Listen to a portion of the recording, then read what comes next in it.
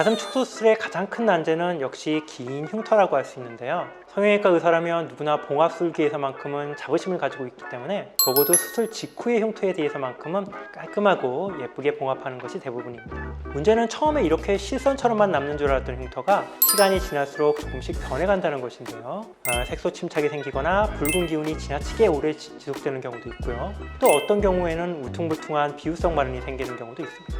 사실 많은 분들이 흉터 치료에 대한 또 레이저 치료에 대한 일종의 환상적인 기대를 갖고 계신데요. 흉터를 지울 수 있다는 막연한 기대를 갖기보다는 흉터를 최소화하는 노력의 일환으로 레이저 치료를 이해해 주시기를 우선은 당부드리고 싶습니다.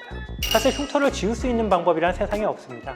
그런 방법만 있다면 세상에 흉터가 있는 사람은 아무도 없겠죠. 하지만 또 흉터를 없앨 수 없다고 해서 흉터를 개선시킬 수 있는 방법마저도 없다는 뜻은 아닙니다.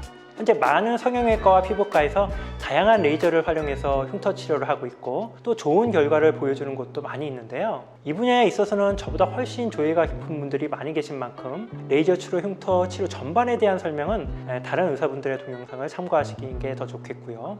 오늘은 단지 가슴 축소 수술 후의 흉터에 국한해서 어떻게 레이저 치료를 통해서 이를 최소화할 수 있는지 이에 대해서 말씀드리도록 하겠습니다. 우선 축소 수술로 나타나는 흉터 양상 중에 대표적인 것으로 3가지 정도를 꼽을 수 있는데요.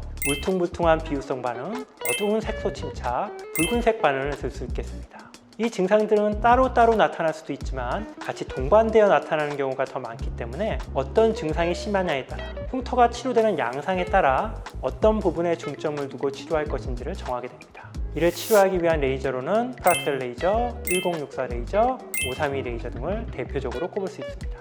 쉽게 설명하자면 프락셀 레이저의 주 목적은 흉터를 미세하게 깎아내서 평평하고 고르게 만들어주는 것입니다. 치료 모드에 따라서는 진피층에만 선택적으로 작용할 수도 있기 때문에 비정상적인 섬유 조직을 끊고 정상적인 콜라겐 생성을 유도할 수도 있습니다. 프락셀 레이저는 수술 후 비교적 초기에 사용하는 것으로 비유성 반응을 주 치료 타겟으로 한다. 이런 비유성 반응 말고도 흉터의 성숙 과정에서 부분 어두운 색소 침착이 생기거나 전체적으로 흉터가 붉은색을 띠는 경우도 생기는데요. 이러한 경우 단순히 피부를 깎아내는 프락셀 레이저보다는 각 치료형의 깊이와 색깔에 따라서 선택적인 작용을 하는 레이저를 사용하는 것이 좋습니다. 일반적으로 1064 레이저와 532 레이저를 많이 사용하는데요. 두 레이저는 치료 깊이와 색소 타겟에 따라 서로 보완적인 역할을 하기 때문에 흉터 상태에 따라 두 레이저를 적절히 혼합, 선택해서 사용하는 것이 좋습니다. 1064니 532니 하는 숫자들은 레이저의 파장을 얘기하는 것인데요. 간단히 말해 숫자가 크면 레이저의 에너지가 깊숙이까지 들어간다고 할 수 있습니다. 따라서 1064 레이저는 좀 더 깊은 진피층에서 섬유 조직에 작용을 하는 것이고요. 532 레이저는 주로 표층에 위치하는 색소들에 작용을 하는 것이죠.